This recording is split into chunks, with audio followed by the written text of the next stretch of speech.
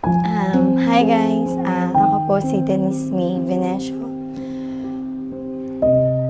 Gusto ko lang pong sabihin sa inyong lahat, maraming salamat kasi naging parte kayo ng pagkatao ko in a short of time. Maraming salamat dahil naging bahagi ako ng production na to, ng show na to.